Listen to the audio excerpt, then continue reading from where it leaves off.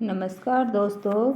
आज हम NCERT class 6 की अध्याय 3 आरंभिक नगर। हम आज इससे पहले 2 अध्याय पढ़ चुके हैं। ठीक है, मुझे उम्मीद है कि आपको वो अध्याय अच्छे से समझ में आए होंगे।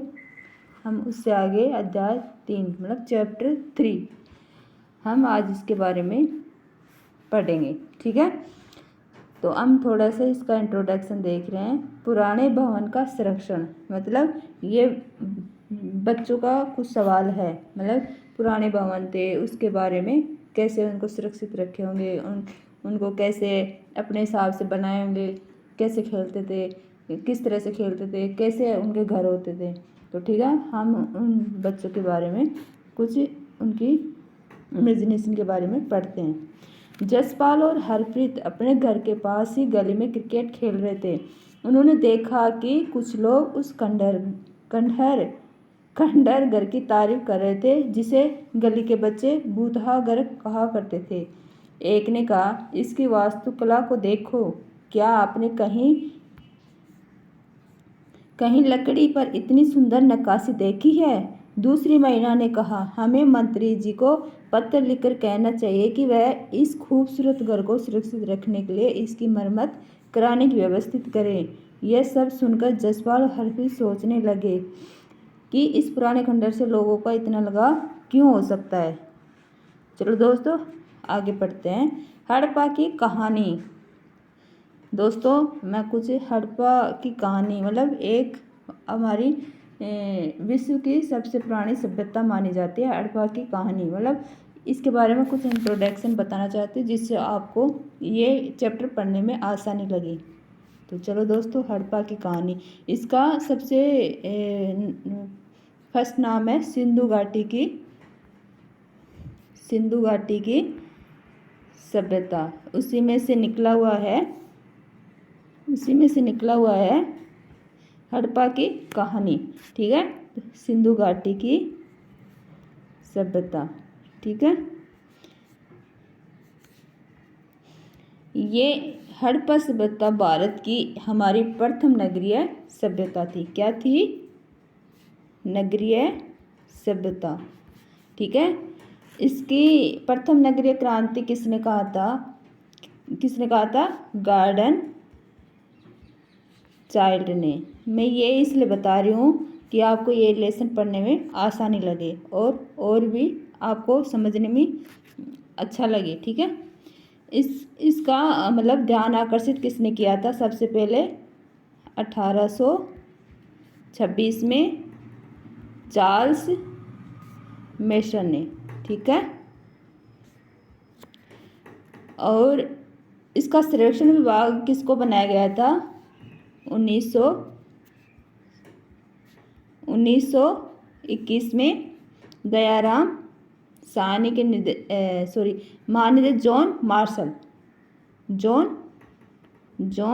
मार्शल। ठीक है, जॉन मार्शल। और इसका नेतृत्व किसको दिया गया था? दयाराम साहनी। ठीक है, और ये कहाँ पे है? ये है पंजाब 2 हैं, एक तो अपना भारत का और दूसरा पाकिस्तान का। तो ये पाकिस्तान वाला है। पंजाब के मोंटगोमरी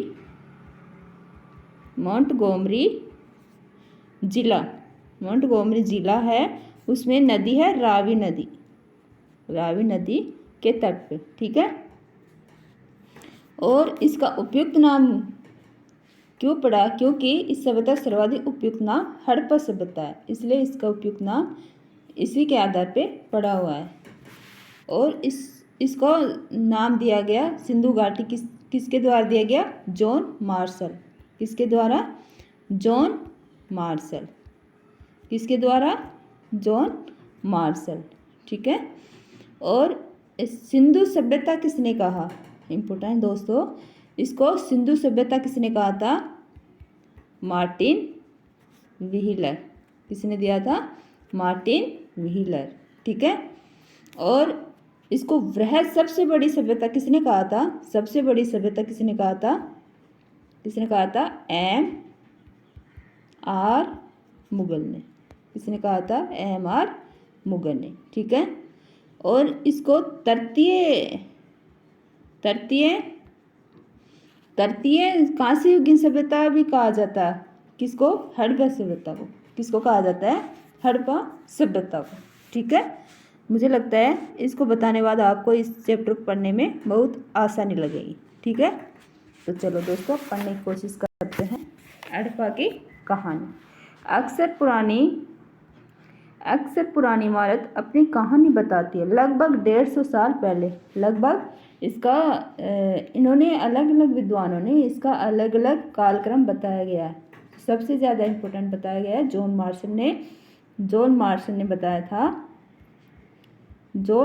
ने बताया था 3250 से 2750। ठीक है। और अलग अलग विद्वानों ने बताया। फिर उसके बाद सबसे इम्पोर्टेंट बताया जाता है रेडियो कार्बन पद्धति। उसने रेडियो कार्बन पद्धति 14 उसने बताया था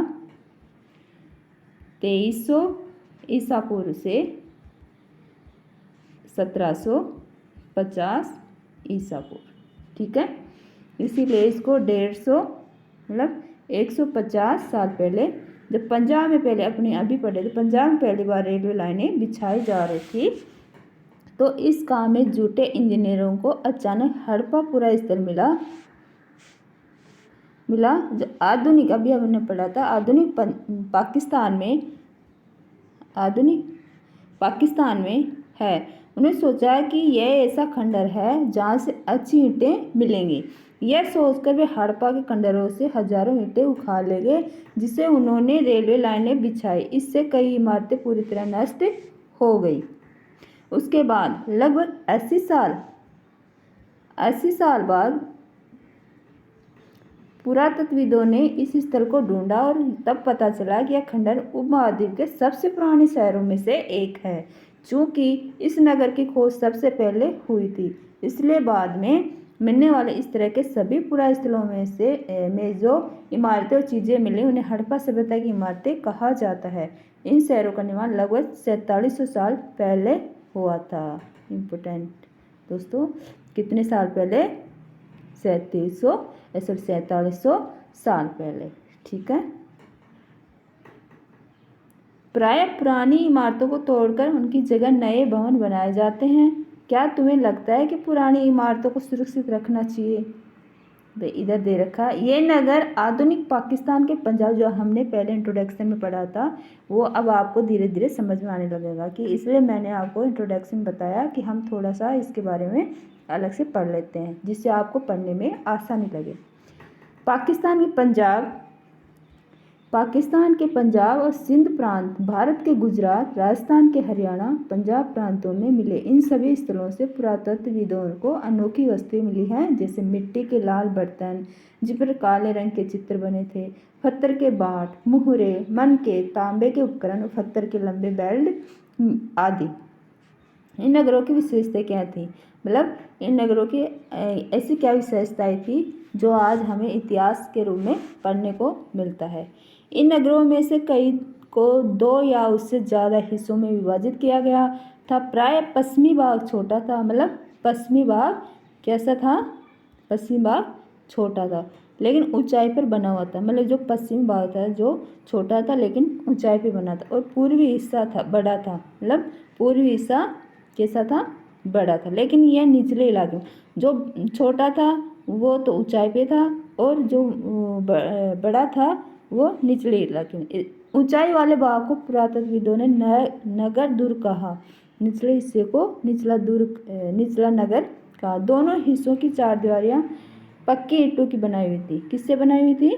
पक्की ईंटों से। इसकी ईंटें इतनी अच्छी पक्की थी कि हजारों साल बाद आज तक उनकी दीवारें खड़ी रही। दीवार बनाने के लिए ईंटों की चिनाई, मतलब उनको बनाने की तरीका चिनाई इस तरह करते थे जिससे कि दीवारें खूब मजबूत रहें। कुछ नगरों के नगर दुर्ग में कुछ खास इमारतें बनाई गई थी। मिसाल के तौर पर मोहनजोदड़ो में खास तालाब बनाया गया था। मोहनजोदड़ो में क्या बनाया गया था? खास तालाब, जिसे पुरातत्वविदों ने महान स्नानागार कहा है। क्या कहा है? महान स्नानागार। इस तालाब को बनाने में ईंट, प्लास्टर का इस्तेमाल किया गया था। इसमें पानी का रिसाव रोकने वाले प्लास्टर के ऊपर चारकोल की परत चढ़ाई गई थी। इस सरोवर में दो तरफ से उतरने के लिए सीढ़ियां बनाई गई थी और चारों ओर कमरे बनाए गए थे। इसमें भरने के लिए पानी कुएं से निकाला जाता था। उपयोग के बाद इसे खाली कर दिया जाता था। शायद यहाँ विशिष्ट नागरिक विशेष अवसरों पर स्नान किया करते थे, मतलब कुछ अलग से कोई त्यौहार या कोई बड़ा प्रोग्राम हो तभी इसमें यूज़ किया जाता होगा। देखो दोस्तों, मैप दिया हुआ है, इसमें अच्छे से डिफाइन किया हुआ है, ठीक है। जैसे हमने कल भी देखा था कि सिंधु की सहायक नदियाँ जैसे झेलम, चिनाब, रावी, ये हड़प्पा जो हमने पाकिस्तान के पंजाब गोमरी जो रावी नदी के पास है, राखीगढ़ी, कालीबंगा जो हमने राजस्थान में पढ़ेंगे, ठीक है। ये गमेरी वाला, ये सिंधु नदी, ये मोहनजोदड़ो, ये सोतका को है चहूदड़ो, ठीक है। ये धोलावीरा, ये सूतका को है लोथल गुजरात, ये अरब सागर, ठीक है। कालीबंगा और लोथल जैसे अन्य नगरों में अग्निकुंड मिले हैं। कालीबंगा और लोथल में क्या मिला है? अग्निकुंड मिला है, जहाँ संभवतः यज्ञ किए होंगे। क्या किए होंगे? यज्ञ किए होंगे जाते होंगे। हड़प्पा, मोहनजोदड़ो, लोथल जैसे कुछ न बड़े बड़े भंडार गृह मिले हैं। हड़प्पा, मोहनजोदड़ो, लोथल में क्या मिला होगा? बड़े बड़े भंडार गृह मिले हैं। ये देखो बेटा, महान स्नानागार क्या है? हमने अभी पढ़ा था मोहनजोदड़ो का महान स्नानागार। देखो सीढ़ियाँ बनी हुई है, ये साइड में बैठने का स्थान, ये अंदर पानी डालने की जगह, इसमें पानी डाल के नहाते होंगे। भवन, नाले और सड़कें, ठीक है। ये देखो हड़प्पा के नगरों में ईंटें की चिनाई, देखो ईंटों से चिनाई।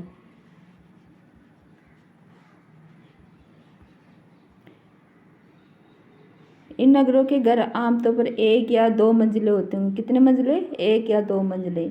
घर के आंगन के चारों ओर कमरे बनाए जाते थे। अधिकांश घरों में एक अलग स्नान घर होता था और कुछ घरों में कुएं भी होते थे। क्या होता था? अलग से स्नान घर, चारों ओर कमरे और कुछ घरों में कुएं भी होते थे। कई नगरों में ढके नाले थे। इन्हें सावधानी से सीधी लाइन में बनाया जाता था। हर नाले में हल्की ढलान होती ताकि पानी आसानी से बह सके। अक्सर घरों के नालों को सड़कों के नालों से जोड़ दिया जाता था। किसे जोड़ दिया जाता था? सड़कों के नालों से, जो बाद में बड़े नालों में मिल जाती थी। नालों के ढके होने के कारण इनमें जगह जगह पर मैन होल बनाए गए थे, जिनके जरिए इनकी देखभाल और सफाई की जा सके। घर, नाले और सड़कों का निर्माण योजनाबद्ध तरीके से एक साथ ही किया जाता था। नगरीय जीवन। हड़प्पा के नगरों में बड़ी हलचल रहा करती होगी। यहाँ पर ऐसे लोग रहते होंगे जो नगर की खास इमारतें बनाने की योजना में जुटे रहते थे। ये संभवतः यहाँ के शासक थे। यह भी संभव है कि ये शासक लोगों को भेजकर दूर दूर से धातु, बहुमूल्य पत्थर और अन्य उपयोगी चीज़ें मंगवाते थे। शायद शासक लोग खूबसूरत मन को सोने चांदी से बने आभूषणों जैसे कीमती चीज़ों को अपने पास रखते होंगे। इन नगरों में लिपिक भी होती थी, जो मोहरों पर तो लिखते ही थे और शायद अन्य चीज़ों पर भी लिखते हों जो बच नहीं पाई। इसके अलावा नगरों में शिल्पकार, स्त्री पुरुष भी रहते थे, जो अपने घरों या किसी उद्योग स्तर पर तरह तरह की चीज़ें बनाते होंगे। लोग लंबी यात्राएं भी करते थे और वहाँ से उपयोगी वस्तुएं लाते थे और साथ ही लाते थे सुदूर देशों के किस्से, कहानियाँ। मिट्टी से बने कई खिलौने भी मिले हैं, जिनसे बच्चे खेलते होंगे। ये देखो कुएं, मैन होल जो हमने पढ़ा था, मैन होल, ये नालियाँ,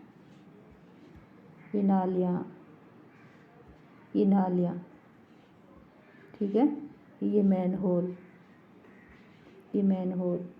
देखो सबसे ऊपर मोहनजोदड़ो की एक सड़क और उसमें बना नाला, ऊपर एक कुआं है। बाईं और नीचे हड़प्पा के मुहर, ये मुहर, ठीक है। चिन्ह एक खास लिपि में उपमहाद्वीप में पाए गए लेखन का यह प्राचीनतम उदाहरण है। विद्वानों ने इसे पढ़ने की कोशिश की, लेकिन अभी तक यह पता नहीं चल पाया है कि इसका अर्थ क्या है। दाएं और नीचे इसकी पक्की मिट्टी के खिलौने, ये पक्की मिट्टी के खिलौने हैं। नगर और नए शिल्प। आओ अब कुछ ऐसी चीज़ों के बारे में अध्ययन करें जो हड़प्पा के नगरों से प्राप्त हुई। पुरातात्विदों को जो चीज़ें वहाँ मिली हैं उनमें अधिकतर पत्थर, तांबे, कांसे, सोने, चांदी जैसी धातु से बनाई गई थी। तांबे और कांसे से औजार, हथियार, गहने, बर्तन बनाए जाते थे। सोने और चांदी से गहने, बर्तन बनाए जाते थे। यहाँ मिली सबसे आकर्षक वस्तुओं में मनके, बाट और फलक हैं। ठीक है, ये देखो, ये आभूषण है। ठीक है, ये मतलब फलक हैं, आकर्षक चीज़, मतलब पहले की जो वस्तुएं हैं उनके बारे में बताया जा रहा है। ये पत्थर के बाट है, ये पत्थर के बाट है। ऊपर पत्थर के बाट देखो कितने ध्यान से और उपयुक्त तरीके से इन बाटों को बनाया गया है। इन्हें चट पत्थर से बनाया गया है। किससे बनाया गया? चट पत्थर से बनाया गया था और धातुओं को तोड़ने के लिए बनाया गया होगा। मध्य में बाएं मनके, इनमें से कई कार्नियल पत्थरों से। किससे? कार्नियल पत्थरों से। पत्थरों को काट और तराश कर मनके बनाए गए। इनके बीच छेद किए गए थे ताकि धागा डालकर माला बनाई जाए। मध्य में दाएं पत्थर के धारदार फलक, ये दाएं धारदार फलक। नीचे दाएं कढ़ाईदार वस्त्र, एक महत्वपूर्ण व्यक्ति की पत्थर से बनी मूर्ति जो मोहनजोदड़ो से मिली थी। इसमें उसे कढ़ाईदार वस्त्र पहने दिखाया गया। ये देखो, कढ़ाईदार वस्त्र पहने हुए, ये कढ़ाईदार फूल पत्ती सा, ये कढ़ाईदार वस्त्र पहने हुए। ये कहाँ से मिला है? मोहनजोदड़ो से। ठीक है, संभवतः 7,000 पहले मेरगढ़ में कपास की खेती होती थी। मेरगढ़ क्या होती थी? कपास की खेती होती थी। कितने साल पहले? 7,000 साल पहले। मोहनजोदड़ो से कपड़े के टुकड़ों के अवशेष, चांदी के फूलदान।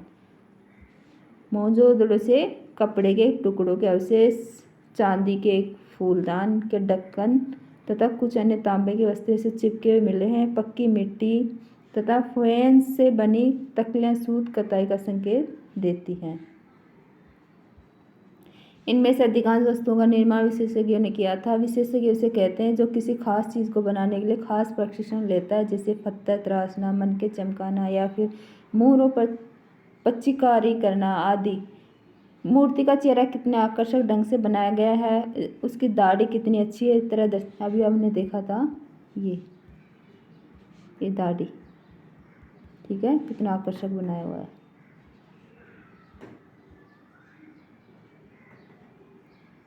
यह किसी विशेषज्ञ मूर्तिकार का ही काम हो सकता है, हर व्यक्ति विशेषज्ञ नहीं हो सकता। हमें यह पता नहीं है कि क्या सिर्फ पुरुष ही ऐसे कामों में प्रशिक्षण हासिल करते थे या फिर केवल महिलाएं ही। शायद कुछ महिलाएं और पुरुष दोनों ही इस काम में दक्ष थे। फेयंस, हमने देखा फेयंस क्या होता है, फेयंस के बारे में पढ़ लेते हैं। पत्थर और शंख प्राकृतिक तौर पर पाए जाते हैं, लेकिन फेयंस को कृत्रिम रूप से तैयार किया जाता है। बालू या स्फटिक पत्थरों के चूर्ण को गोंद में मिलाकर उनसे वस्तुएं बनाई जाती थी। उसके बाद उन वस्तुओं पर एक चिकनी परत चढ़ाई जाती थी। इस चिकनी परत के रंग प्राय नीले या हल्के समुद्री हरे होते थे। फेयंस से मनके, चूड़ियाँ, बाले, छोटे बर्तन बनाए जाते। ये फेयंस है। कच्चे माल की खोज में। कच्चा माल उन पदार्थ को कहते हैं जो या तो प्राकृतिक रूप से मिलते हैं या फिर किसान या पशुपालन उनका उत्पादन करते हैं, जैसे लकड़ी या धातु के अयस्क प्राकृतिक रूप से उपलब्ध कच्चे माल हैं। इनसे फिर कई तरह की चीज़ें बनाई जाती है। मिसाल के तौर पर किसानों द्वारा पैदा किए गए कि कपास को कच्चा माल कहते हैं, जिससे बाद में कताई बुनाई करके कपड़ा तैयार किया जाता है। हड़प्पा में लोगों को कई चीज़ें नहीं मिलती थी, लेकिन तांबा, लोहा, सोना, चांदी, बहुमूल्य पत्थर जैसे पदार्थों का वे दूर दूर से आयात करते थे। ये देखो दोस्तों, चीज़ों को एक जगह से दूसरी जगह कैसे ले जाया जाता था। इस चित्र को देखो, एक खिलौना और दूसरी एक मुहर। ये खिलौना मतलब पहिए बनाकर एक चीज़ को दूसरी चीज़ ले जाने के लिए मतलब एक बनाने की कोशिश की जा रही है। मतलब ये खिलौना ये दर्शाता है कि लोग एक चीज़ को दूसरी जगह ले जाने के लिए इसे ऐसी कुछ बनाए होंगे और उसी की सहायता से वो आवागमन करते थे और अपनी चीज़ों को एक जगह से दूसरी जगह ले जाया करते थे। हड़प्पा के लोग तांबे का आयात संभवतः आज के राजस्थान से करते थे। तांबे का कहाँ से करते थे? राजस्थान से। यहाँ तक कि पश्चिमी एशियाई देश ओमान से भी तांबे का आयात किया जाता था। ओमान और राजस्थान। कहाँ से बनाने लगे? तांबे के साथ मिलाई जाने वाली धातु टिन का आयात आधुनिक ईरान। टिन कहाँ से? आधुनिक ईरान और अफगानिस्तान से किया जाता था। मतलब टिन ईरान और अफगानिस्तान से और तांबा राजस्थान और ओमान से। सोने का आयात देखो तांबा कहाँ से किया जाता था? राजस्थान और पश्चिम एशियाई ओमान से। और कांसा कहाँ से किया जाता था? मतलब कांसा और तांबे के साथ मिलाए जाने वाली टीन कहाँ से आयात की जाती थी? ईरान और अफगानिस्तान। और सोना कहाँ से आयात किया जाता था? आधुनिक कर्नाटक और बहुमूल्य पत्थर का आयात गुजरात, ईरान और अफगानिस्तान से किया जाता था। क्या तुम बता सकते हो कि हड़प्पा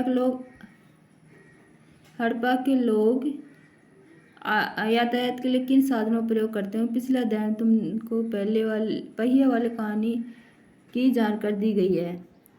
वाहनों की। बच्चों का खिलौना हल। आज हल चलाने वाली ज़्यादातर किसान पुरुष होते हैं। हमें याद नहीं कि क्या हड़प्पा में यही प्रथा थी। नगरों में रहने वालों के लिए भोजन। ये मोहर है।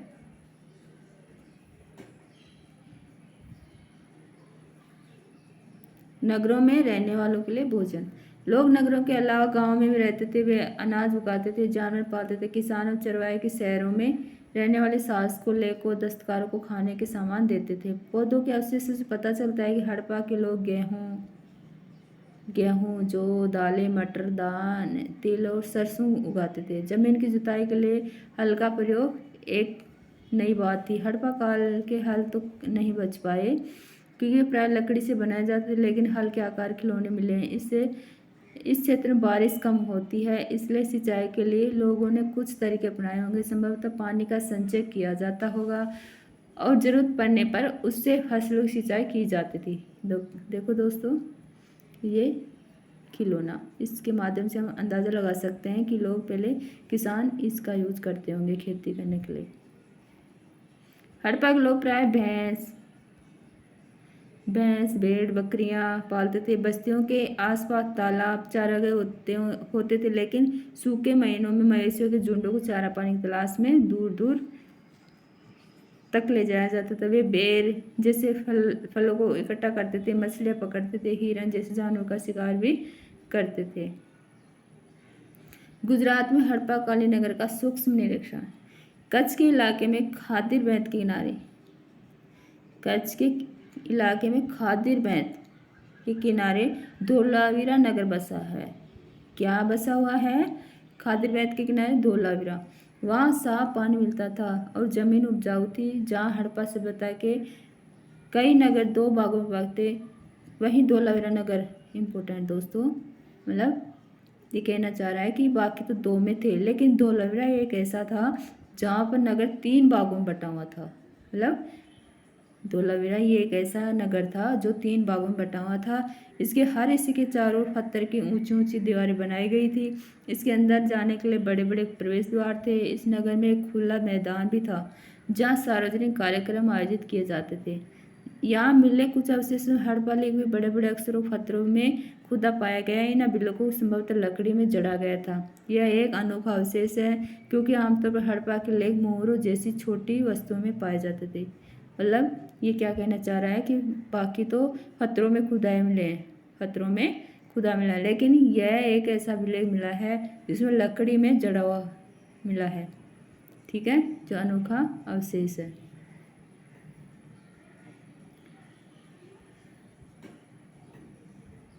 गुजरात की खंपात की खाड़ी में मिलने वाली साबरमती नदी के उप नदी के किनारे बसा लोथल। लोथल कहाँ बसा है? साबरमती के एक नदी के किनारे लोथल स्थान बसा था, जहाँ कीमती पत्थर जैसा कच्चा माल आसानी से मिल जाता था। यह पत्थर शंकों, धातुओं से बनाई गई चीजों का एक महत्वपूर्ण केंद्र था। इस नगर में एक भंडार गृह भी था। इस भंडार गृह से कई मुहरे, मुद्रांकन, मुहरबंदी गीली मिट्टी पर दबाने से बनी उनकी छाप में मिले हैं। लोथल का बंदरगाह, ये देखो लोथल का बंदरगाह है, ठीक है, ये लोथल का बंदरगाह है। लोथल का बंदरगाह, यह बड़ा तालाब लोथल का बंदरगाह रहा होगा, जहाँ समुद्र के रास्ते आने वाली नावें रुकती होंगी। संभवतः यहाँ पर माल चढ़ाया उतारा जाता होगा। बंदरगाह उसको कहते हैं जिसमें माल ले जाया जाता है और उतारा जाता है, उस जगह को बंदरगाह कहा जाता है। यहाँ पर एक इमारत मिली है जहाँ संभवतः मनके बनाने का काम होता था। पत्थर के टुकड़े, अर्ध बने मनके बनाने वाले उपकरण और तैयार मनके भी यहाँ मिले हैं। मुद्रा, मुहर और मुद्रांकन का मुहर या मुहरबंदी। मुहरों का प्रयोग सामान से भरे उन डिब्बों या थैलों को चिन्हित करने के लिए किया जाता होगा जिन्हें एक जगह से दूसरी जगह भेजा जाता था। थैले को बंद करने के बाद उनके मुहरों पर गीली मिट्टी पोतकर उन पर मुहर लगाई जाती थी। मुहर की छाप को मुहरबंदी कहते हैं। अगर यह छाप टूटी हुई नहीं होती तो यह साबित हो जाता था कि सामान के साथ छेड़छाड़ नहीं हुई है। मतलब उस पर ऐसा कुछ हिंट लगाते थे कि अगर वो टूटी हुई मिलती है तो ऐसे समझा जाता था कि उसके साथ छेड़छाड़ हुई है। अगर वो टूटी हुई नहीं मिलती है, मतलब वो छाप, तो ऐसे लगता है कि वो सेफ आया है, ठीक है, ये मुहर।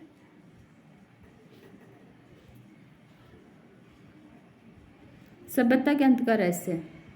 सभ्यता के अंत का रहस्य लगभग 3900 साल पहले एक बड़ा बदलाव देखने को मिलता है। अचानक लोगों ने इन नगरों को छोड़ दिया। लेखन, मुहर, बाटों का प्रयोग बंद हो गया। दूर दूर से कच्चे माल का आयात काफी कम हो गया।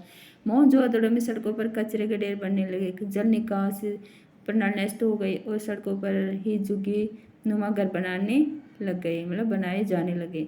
यह सब क्यों हुआ कुछ पता नहीं। कुछ विद्वानों का कहना है कि नदियाँ सूख गई थी, अन्य का कहना है कि जंगलों का विनाश हो गया था, जिसका कारण ये हो सकता है कि ईंटें पकाने के लिए ईंधन की जरूरत पड़ती थी। इसके अलावा मवेशियों के बड़े बड़े झुंडों से चारागाह, घास वाले मैदान समाप्त हो गए होंगे। कुछ इलाकों में बाढ़ आ गई, लेकिन इन कारणों से यह स्पष्ट नहीं हो पाता कि यह सभी नगरों का अंत कैसे हो गया, क्योंकि बाढ़ और नदियों के सूखने का असर कुछ ही इलाकों में हुआ होगा। ऐसा लगता है कि शासकों का नियंत्रण समाप्त हो गया। जो भी हुआ हो, परिवर्तन का असर बिल्कुल साफ दिखाई देता है। आधुनिक पाकिस्तान के सिंध और पंजाब की बस्तियां उजड़ गई थी। कई लोग पूर्व दक्षिण के इलाकों में नई और छोटी बस्तियों में जाकर बस गए। इसके लगभग 1400 साल बाद नए नगरों का विकास हुआ। इनके बारे में तुम अध्याय 5 और 8 में पढ़ोगे, ठीक है।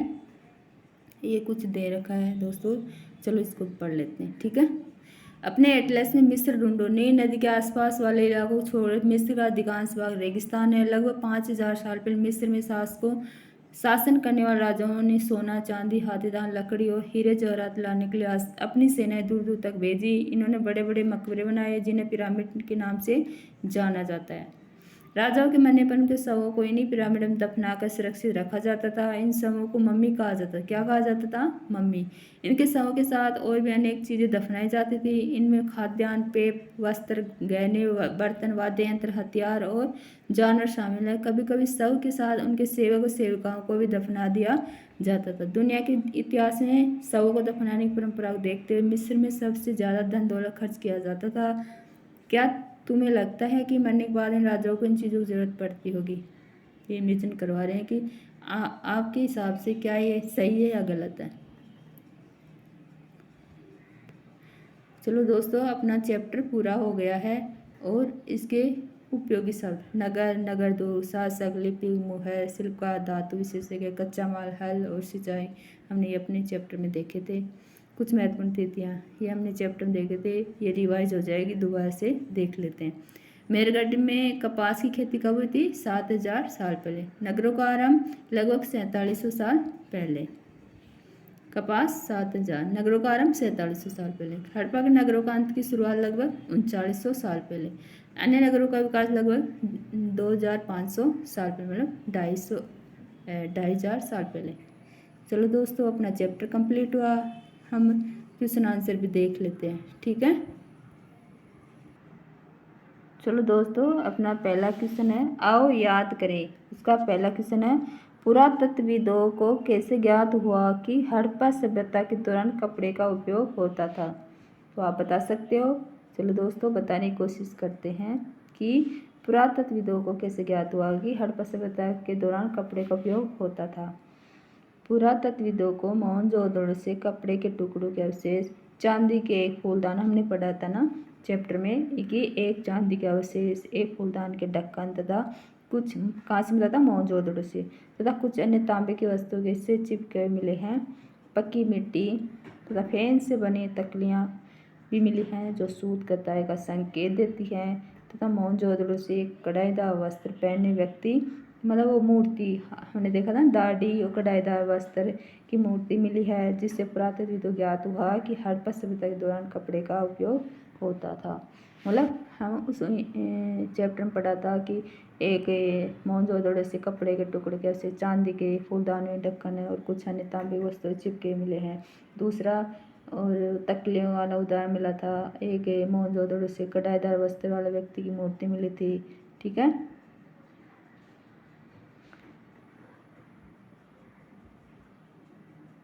ये दूसरा है, निम्नलिखित का सुमेल करो। तांबा कहाँ से लाए थे अपन? तांबा लाए थे, कहाँ से लाए थे? तांबा लाए थे राजस्थान से। कहाँ से लाए थे? राजस्थान से। सोना कहाँ से लाए थे? सोना लाए थे कर्नाटक से। टीन कहाँ से लाए थे? अफगानिस्तान से और ईरान से। बहुमूल्य पत्थर कहाँ से लाए थे? गुजरात से, ठीक है। मुझे लगता है आपको समझ में आ रहा होगा, ठीक है। अगर आपने अच्छे से ध्यान दे के पढ़ा है तो आपको ये आराम से क्वेश्चन इजी लग रहे होंगे। थर्ड क्वेश्चन है, हड़प्पा के लोगों के लिए धातुएं, लेखन, पहिया और हल क्यों महत्वपूर्ण थे? क्यों महत्वपूर्ण थे आप बताने की कोशिश करो, याद करने की कोशिश करो क्यों महत्वपूर्ण थे। क्योंकि हड़प्पा के लोग विभिन्न धातुओं का उपयोग गहना, औजार, हथियार और बर्तन बनाने के लिए करते थे। हड़प्पा नगरों में जैसे लिपिक भी होते थे, मोहरों पर तो लिखते ही थे और शायद अन्य चीज़ों पर भी लिखते होंगे जो बच नहीं पाई हैं। वे लोग सामान ढोने तथा यातायात के रूप में पहिया वाहनों का उपयोग करते थे और ज़मीन की जुताई के लिए भी वे हल का प्रयोग करते थे। इसलिए हड़प्पा के लोग लिख धातुएं, लेकिन पहिया और हल महत्वपूर्ण थे। तो चलो दोस्तों, आपको समझ में आया होगा। मुझे उम्मीद है कि ये चैप्टर आपको अच्छे से ध्यान दे के पढ़ा है तो आपको आसानी से समझने की मैं उम्मीद कर सकती हूँ कि आपको ये समझ में आया होगा। इसी तरह हम एक एक चैप्टर करके पूरी एनसीईआरटी पढ़ लेंगे, ठीक है। तो और कुछ आपको ऐसा लगता है कि हमें सिंधु घाटी सभ्यता को डिटेल से पढ़ना है तो आप कमेंट करके बता दीजिएगा कि मैं सिंधु घाटी सभ्यता को आपको डिटेल से पढ़ा दूँगी, ठीक है। और आपको कुछ क्यूरीज हैं तो ज़रूर बताइएगा, ठीक है।